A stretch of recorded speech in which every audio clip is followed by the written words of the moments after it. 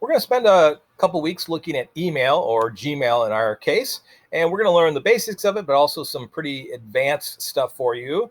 And up until maybe 6 months ago, most of you hadn't used much in the way of Gmail, but obviously now it's super important because we get a lot of information from our teachers and from other people in Gmail. And the first question, of course, most of you come up with is, why are we using Gmail? How come we can't just use text or Twitter or Instagram or TikTok? That would be so awesome. Can't we just do everything through TikTok? Well, there are some reasons why email is old school, but better than some of those other communication platforms. There are some things that those are great for. If I just want to send a short message to my friend or a couple of friends, text is great, etc. If I want to share my latest dance moves, TikTok, great choice. But for many things that we're doing here at school, we really need to use email effectively.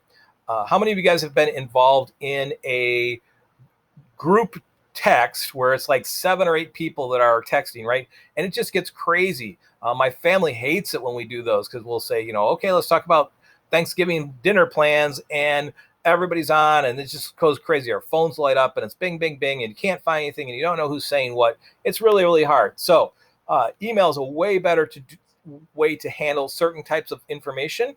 You don't get those annoying text strings from groups. Okay, now you might have an email that goes on and on and on, but at least it's a lot easier to manage and search that one email than it is to look through all those texts in there.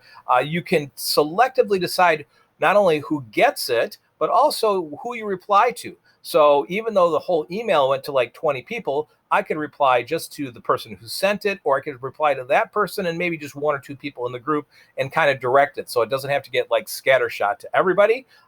It identifies who is sending those messages, where sometimes I've been in text groups where I get like a phone number and I don't know who that person is. Somebody else started the text group and they included some friend of theirs that I don't know. So email tells me who it is that is sending all that information.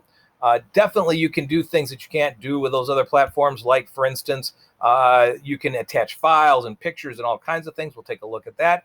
It's easier to search and sort for that stuff. So we're going to learn how to use the search bar in Gmail effectively. Storage is longer lasting. If I have something that I want to save for a long time, email is definitely the way to do it. I've got emails probably archived like 20 years back. I don't need them. They're just an archive. But if there was ever a time when I need to know, what happened 20 years ago, I probably have an email that describes it. Okay. And then finally, they are more private. Email servers have much better security and encryption than text and Twitter and all those other guys on there. So if you need to send something that is private information, email is definitely the way to do it. And then finally, you can hide the addresses of other people that are receiving that email. And we're going to talk about why you would want to do that and what's important about that. So here is what the basic Gmail home screen looks like. On the left side over here, we have what they call labels. I like to think of them as folders. It's where you're going to sort information and put it into these different labels. So right now, you can see I've got highlighted my inbox, which then means that these emails over here are what's in my inbox. Down here, I've got some other titles. I've got all the sent mail, all the mail trash, my projects that I'm doing, stuff with sports and things like that. So we're going to talk about how we organize this label area later on. Over here is our summary. So whatever is in each of these labels or folders, when I click on it, like right now, that's my inbox I've clicked on, then it shows me what's in that inbox. Now, unfortunately, right now, my inbox has 5,027 emails in it, which is just insane. I'm going to show you later on how I can clean that up at least a little bit. But my first 1 through 100 are down here. I could scroll down and show you those. And then when I click on one of these emails in the summary, that comes up in this preview area. Do remember that the preview area doesn't always show everything in the email when it's like a really big one. So this one that I'm getting from a website that I'm subscribed to called Instructables, I'm only seeing part of this, and I would need to click on it in order to see the entire email. Okay, but this is called the preview area. And a lot of times in Gmail, you work out of that and you never have to go out of preview unless, you get this really large size email like I have got over here. Okay.